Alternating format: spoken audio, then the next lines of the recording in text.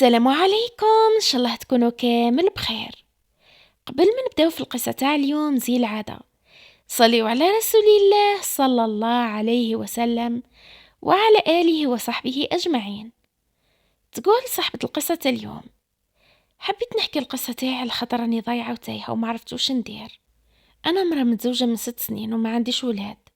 تزوجت مع راجل كبير عليا ب14 سنة وزواجي كان تقليدي. المهم تزوجت وسكنت في دار العائلة. في الاول كانوا معايا ملاح، بصح من بعد عرفت بلي داروا هكا على خاطر لقاوني خدامه عندهم، قايمه بالدار، قايمه بالصغير بالكبير.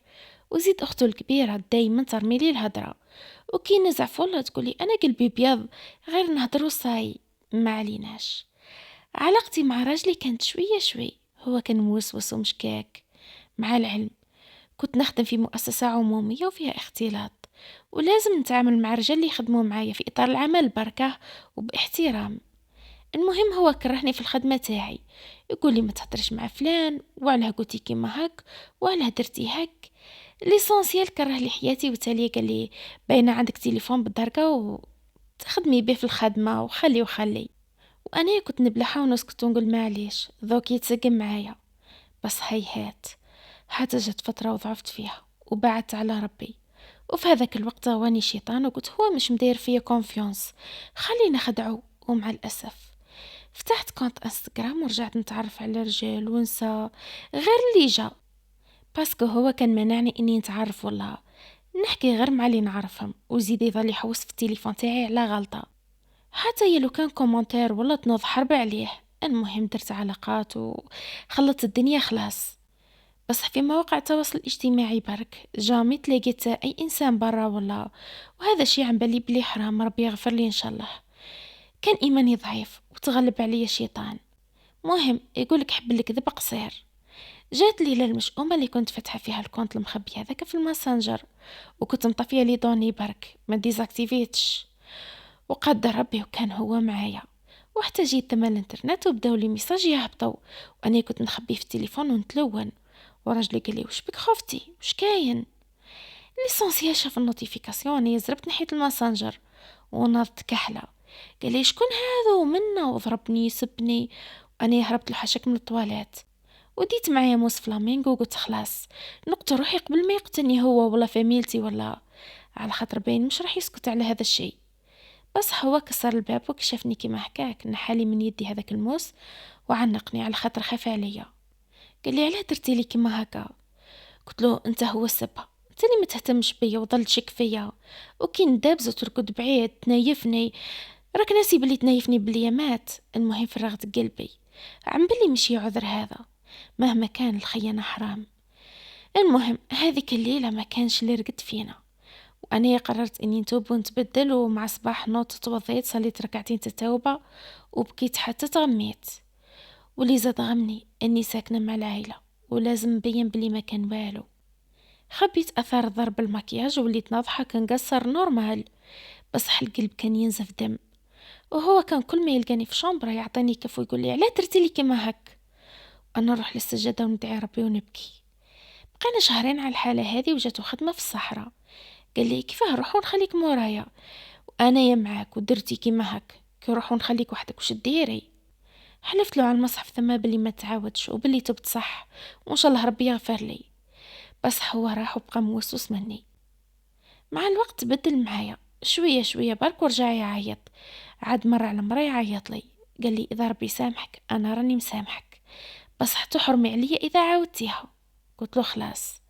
ورجع يحكي معايا، بصح كل ما يصرى مشكل بيني وبينه يجبد لي الموضوع هذاك ويعايرني بيه. مدة عامين وهو هكاك وأنا يتبدلت بزاف. رجعت صلاتي ما فرطش فيها، تقربت من ربي سبحانه وليت نقرأ قرآن والحمد لله. بصح هو منساش، وبلا المشاكل تاع دارهم اللي زادوا واللي بانوا على حقيقتهم. حابين يرجعوني خديمة عندهم برك، وكيف قتلهم باليوم يحرثوا عليا رجعت مسمومة وما نصلحش. يعني أنا عرفت واجباتي في بيت أهله، نخدم شي اللي قدرت عليه، نخدم راجلي شمبرتي هذا مكان. وبلا ما نحكيو على حالتي نفسية ولات حالتي حالة واحدة محرومة من الذرية. كل مرة نعرف روحي بلي مانيشني حامل نبكي نبكي، وما كاش لي يحس بيا، حتى هو وما يحسش بيا.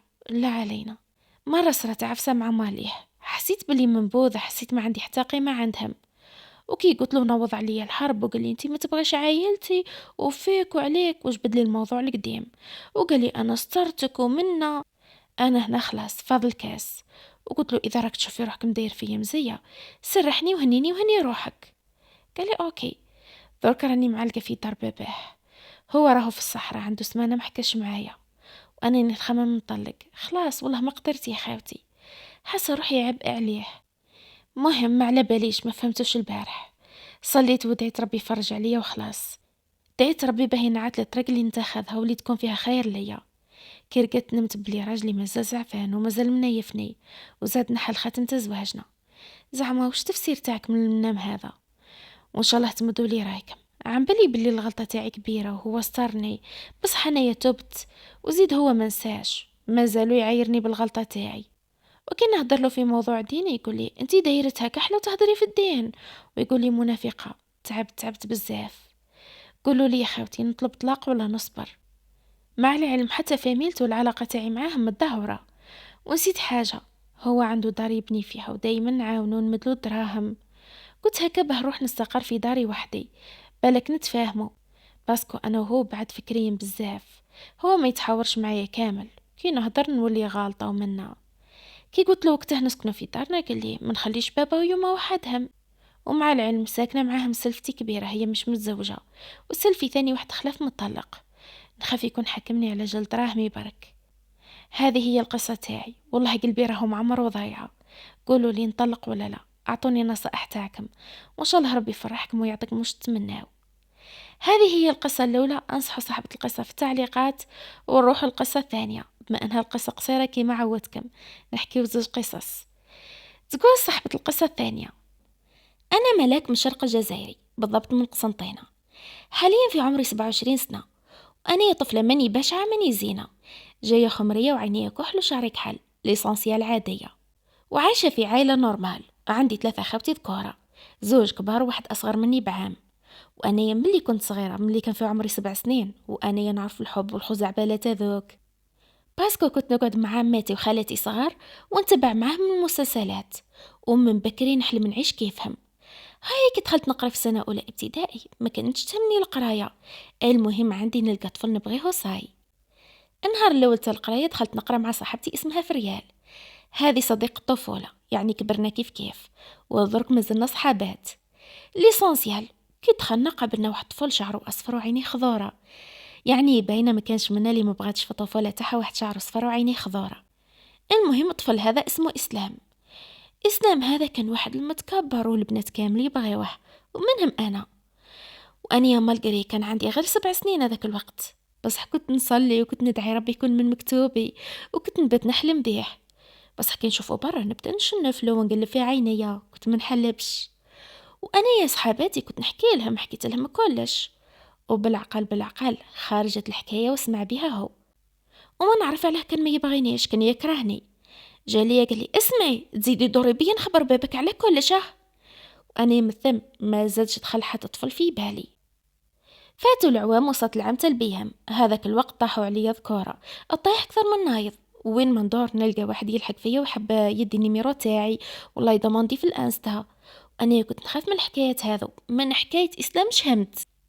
هيا فوتنا البيام، وفي النهار الاخر جيت خارجه مروحه، بحكم انه الليسي اللي عقبت فيه قريب لينا. كانوا هذاك النهار واحد زوز اللجان يلحقوا فيا، وانا كنت خايفه والطريق كانت خاليه. تلاقيت مع واحد جارنا في الطريق، وهذا جارنا كان في عمره هذاك الوقت 19 وانا ثم كنت 15. مهم شافهم خرج من الطوموبيل حاوزهم، هما رجعوا منين جاو. انا طفل هذاك يعني اول مره نشوفه عن قرب، كنت ديفوا نشوفه من البالكو والله جامي تلاقينا انفاس. وهو بلك ما كانش يعرفني اصلا، على خاطر انا ما نخرجش، جيت من الدار للقرايه ولا من القرايه للدار، هذا ما كان. هاي نهار هذاك كي زعك هذوك الجيران دار شاف معايا قال لي يا اخي ما داروا لك والو.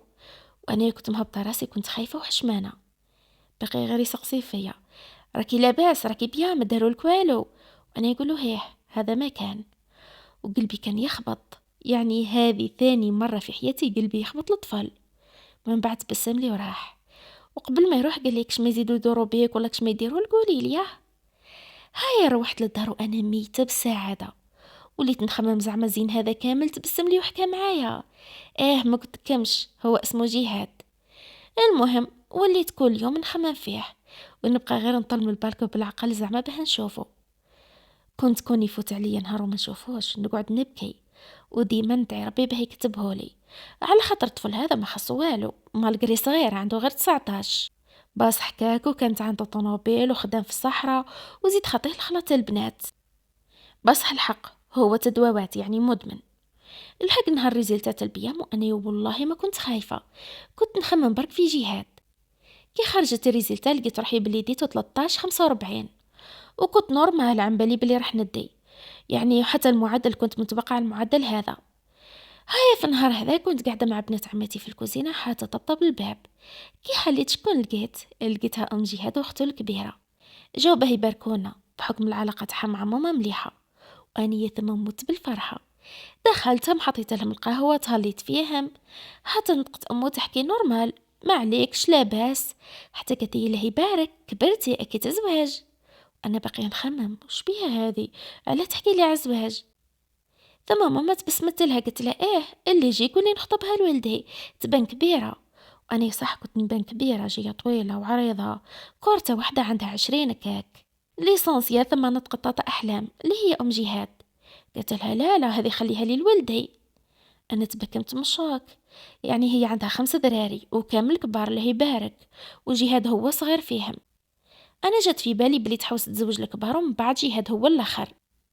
ثم ماما ضحكت معها وقلت لها لي فيها الخير ربي يجيبها. وانا باقي نخمم والدمعه كانت راح تطيح. كي جاو خارجين مروحين هبطهم انايا لتحت للباب. شكون لقيت جهاد ومعه زوج كرة صحابه. مي شافني كنت راح نبكي وهو ثم تبسم، فرح خلاص كي شافني. المهم كما قلت لكم كي شافني تبسم وهبط راسه وقال لي ادخلي، ودام امه واخته اني كنت مشوكيه وش دخلوا فيا هذا عليه يقول لي ادخلي. طلعت للدار شطحنا شويه زهيت شوي، ومن بعد طلعت للترس مع البنات. بقينا نحكيو اني والبنات واني نخزر مع دارهم ونتخيل في روحي زعما ساكنه مع هلثم وقاعده نخزر ونتبسم وحدي. شويه هكا حتى غلبوا البنات وهبطوا، وانا قلت لهم لا ما نهبطش نزيد نقعد شويه ومن بعد نلحق. قعدت حكم التليفون تاعي وكونيكتي حتى نسمع في صوت الصفاره من تحت. هبط راسي شكون لقيت؟ جهاد. وبليت نضحك، عدت نضحك وحدي. ساعه قال لي ابعثي لي النيميرو تاعك. انا هبط نجري كتبته ورميته له. ثم عيط لي، هزيت عليه قلت له كش ما تحتاج. قال لي لا جيت نبارك لك على البيام وجيت نسقسي عليك برك. قلت له قال لي علاه واش كنتي متوقعه؟ قلت له بالك تقولي اعطيني نيميرو تاع باباك وتعيط له وتقول له عمي حاب نحط اليد على بنتك. واني هدرتها من قلبي شغل، والله هدرتها بلا ما نخمم. هو ناضي يضحك من قلبه، ومن بعد قال لي هكاك بعد. قلت له اني نضحك برك، حسبتك راح تقول لي كش ما نسيت ماماك عنا والله. قال لي لا والله سيريو اعجبتيني وعندي مده وانا نخمم فيك وما قدرتش ننساك وماذا بيا تكوني مرتي. وهنايا طرت من الفرحه وليت نضحك، ومام هو كيف قاعد يضحك معايا ولينا تقول مهابل. ومن بعد قال لي اعطيني الفيسبوك تاعك. عطيته الفيسبوك وقعدنا نحكي وفوت اجمل ايامات في حياتي معاه. كان بالنسبه لي كنز، مالغري ناقصينه بزاف حوايج سرتو من ناحيه الاهتمام. فات عام واني معاه في علاقه غير شرعيه بصح جامي تلاقينا ولا لا مالغري هو جاري وديفوا نشوفوا بعضنا من بعيد بصح ما نتلاقاوش. وجامي هو حتم عليا وقال لي لازم نشوفك ولا. دايما يقول لي احنا يضرك في علاقه محرمه عن بالي بصح لازم نخليوها نقيه ونبعدوا على الحرام اللي كبير خلاص. وجامي طلب من عندي حوايج خارجين على الطريق ولا مثلا فطوه تاعي كيما راهم يطلبوا لي جان تضرك ولا والو. أنا على بالي بلي العلاقة اللي بيني وبينه محرمة، وديما نخمم ونقول لازم نحبس معاه ونتقرب من ربي سبحانه. وكامل لافامي تاعو الجيران كامل عم بالهم بالعلاقة تاعنا، إلا بابا هذا ما كان، بابا هو على باله. وطول الفترة هذيك اللي كنت أنا وياه كيف في علاقة كنت نحاول نقربه من ربي سبحانه ونجحت صح، والحمد لله بسبتي حبس هذوك الحوايج اللي كان مدمن عليهم وتريقل ولا خير من اللي كان. وقعدت معه في علاقة مدة 10 سنين كاملة، وفي المدة هذه كل حاجة ما تبدلت نفس الروتين. هاي واحد الخطرة عيط لي وقال لي أنا كرهت هكا، لازم نتقدم لازم نجي نخطبك. وأنا دايما نقول له ما زلت نقرأ. قال لي لا ربي سهل أنا نجي، والحق أنا نبغيه بصح كنت خايفة حتى في لافامي تاعنا الطفلة ما تتزوجش بكري حتى تفوت 25 سنة باه تقدر تتزوج. تسمى ما جاتنيش بيزار، انا قلت له اللي فيها الخير ربي يجيبها. ومن بعد قاعدين نحكيو نورمال، فاتو سمانتين وانا كل يوم ندير الميناج للدار اون كايجي ولا. هاي نهار اثنين عيط باباه البابا، قالو حنا رانا جايين. انا فرحت، ما توجدنا حتى للجمعة، جا هو واهله وفات الخطبة تاعنا تهبل. فات ولا اروع، هذاك نهار اروع نهار في حياتي، وليت نبكي من الفرحة. ومن بعد عيط لي خويا قال لي او حبي يشوفك. كي دخلت البيت نلقاه قاعد شافني طلع راسه. واش نحكي لكم، عنده واحد الزين اقسم بالله ماشي كيما تهنا، تهت في عينيه.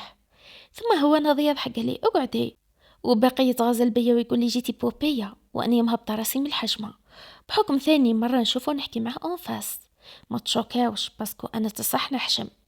هذا جا خارج عطاني دراهم تاع رؤيه شرعيه، ودركا راني مخطوبه معاه والدنيا مش واسعتني من الفرحه.